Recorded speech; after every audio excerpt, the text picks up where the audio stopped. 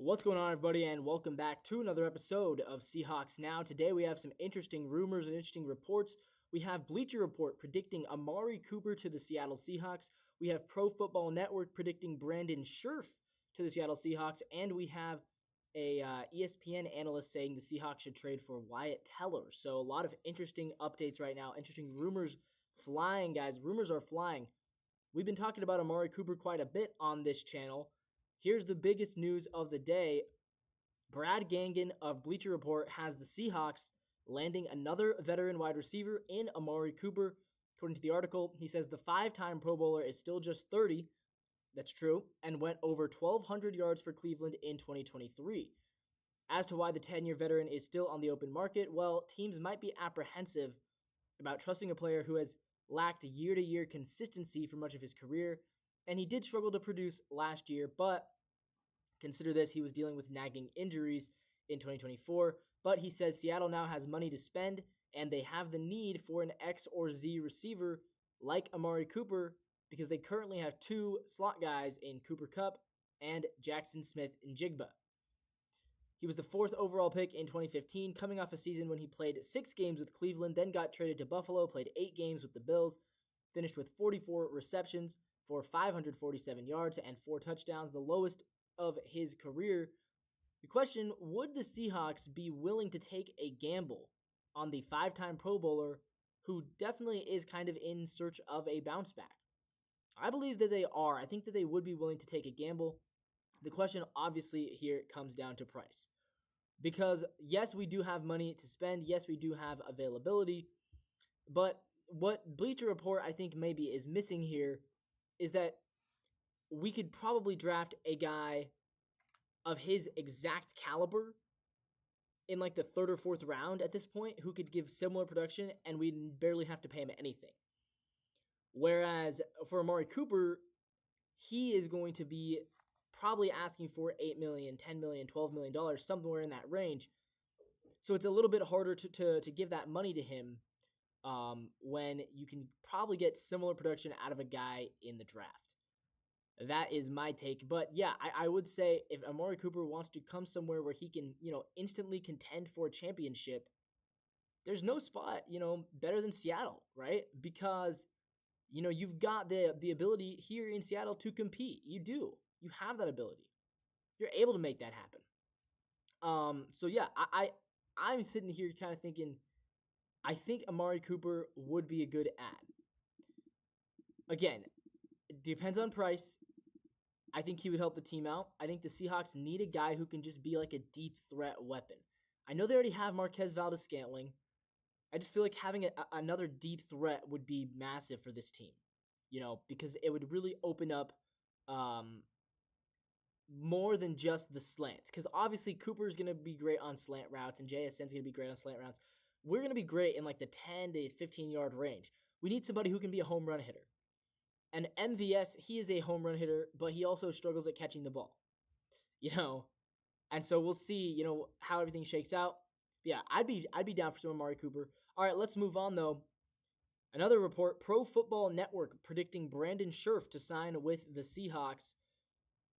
Brandon Scherff is a guard, veteran blocker. Here's what Kyle Sopp of Pro Football Network said about the veteran, Brandon Scherff. He says Seattle was a big shaker this offseason, moving on from Geno Smith, obviously, and DK Metcalf, while buying high on Sam Darnold and hoping for a bounce back from Cooper Kupp. He says, whether you agree or disagree with these moves, the message is clear. This team does not want to rebuild, they want to retool. This was the 3rd worst offensive line last year in terms of preventing pressure and when it comes to creating room for their running backs, thus making Scherff a reasonable, cheap target at this point in the proceedings. He started 17 games last season for the Jaguars at right guard. He earned a respectable 64.7 Pro Football Focus grade that ranked 53rd out of 135 qualified guards. So, he's not the best guard in the league, but he's in the top half of guards. He's in the top 50. He didn't allow a single sack in over 1,000 snaps and was just penalized twice. Penalties are a big thing for me when I look at offensive linemen because the Seahawks in particular, it feels like they've had so many offensive linemen who've just struggled with penalties. Thinking about guys like Jermaine Ofetti, especially. So that is something that I really focus on. Before going to Jacksonville, Scherf spent the first 7 years of his career with the Washington Commanders. He earned 5 Pro Bowl berths and was one first-team All-Pro selection during that tenure. But injuries kind of became a concern. In his 3 years with Jacksonville, he has not missed a single game, however. So in the past 3 years, he has been really reliable and durable, which is another thing the Seahawks need. They need reliability. They need durability. Seahawks desperately need to improve at both guard spots. Yes, Anthony Bradford right now is slated to start at right guard. Last year, he had a 48.3 Pro Football Focus grade, so that is about 16 points lower than Brandon Scherf. He writes that Scherf would immediately be an upgrade at the position and give new quarterback Sam Darnold a veteran, reliable blocker.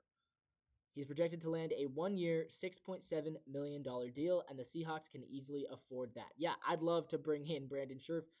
At this point in his career, Brandon Scherf is not a Pro Bowler. He's not a star. He's not an All-Pro. But what he can do is he can be a reliable guy who plays every single game and is at least an average guard, which is way better. I mean, just average guard play next year would be better than what we had last year. There's no reason why Anthony Bradford should be starting at right guard. That doesn't make sense to me why he would do that. When you have a Pro Football Focus rating below 50, you should not be starting on the field and at any position. I'm sorry, you just shouldn't. And so, yeah, I'm down for some Brandon Scherf. I'd love to bring him in to Seattle. All right, guys, let's move to the final thing to talk about today. Bill Barnwell of ESPN, pretty famous mock draft guy. Bill Barnwell has produced his latest mock draft, and he's predicting the Seahawks will make a blockbuster draft trade for 3-time Pro Bowl guard Wyatt Teller. Here's what he says. Bill Barnwell has the Seahawks sending their first-round pick, number 18 overall, to the Cleveland Browns. In return, Seattle would get a second-round pick, number 33, as well as a third-round pick, number 67, and they'd also get 30-year-old guard Wyatt Teller. Teller, age 30, played collegiately at Virginia Tech from 2013 until 2017. He was All-AC his final year. He was selected by the Bills in the 5th round, number 166 overall of the 2018 draft. He was a backup in 2018 and then took over in 2019. He was sent to Cleveland for a 5th and 6th round pick. In the last 6 years with the Browns, he's appeared in 88 games and he started 81 games for the Browns on the right side. Last year, he had a 62.6 overall grade for his performance in 13 games. He was 63rd out of 135 qualified guards, so a little bit lower score than Brandon Scherf, but still a good score. He had a 63.1 pass block grading and a 61.6 run block, so he's pretty consistently just an average blocking guard for both running and pass, which I'd be fine with. He says Teller could slide in and start over Anthony Bradford at right guard for Seattle in 2025, or he could move back to his original left guard spot and fill the hole left by the departure of Laken Tomlinson. So here's my thoughts on this trade proposal. Personally, I'd be down I'd be down to bring in Wyatt Teller. I'm not sure if I like him at that price. I feel like a first-round pick, I know that he has us getting a second and third back, but I still don't think that he's necessarily worth a first-round pick. Now, you could say this. Last year was an outlier because, looking at the approximate value in his career, he's been worth 8 approximate value in 2020, then 10 in 2021 when he was an All-Pro, 7 in 2022, and 7 again in 2023. Those are all good numbers for a guard, but then last year his approximate value was only 3, which is the lowest since his rookie season. So did he just fall off last year, or was last year a weird kind of an outlier year?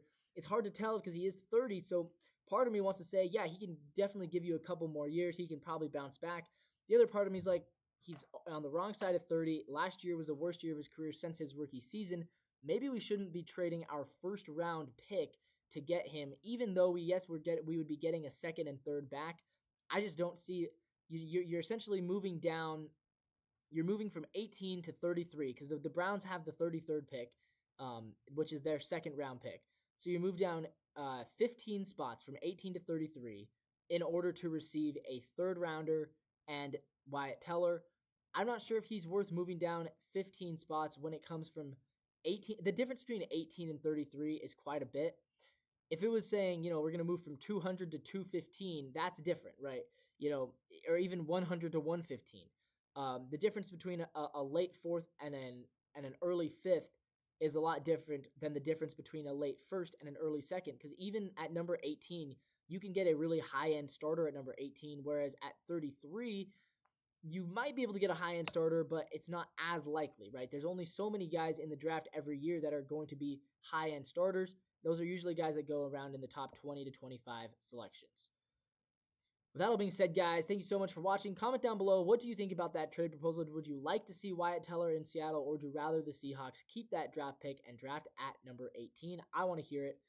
Until next time, go Seahawks. We'll see you tomorrow.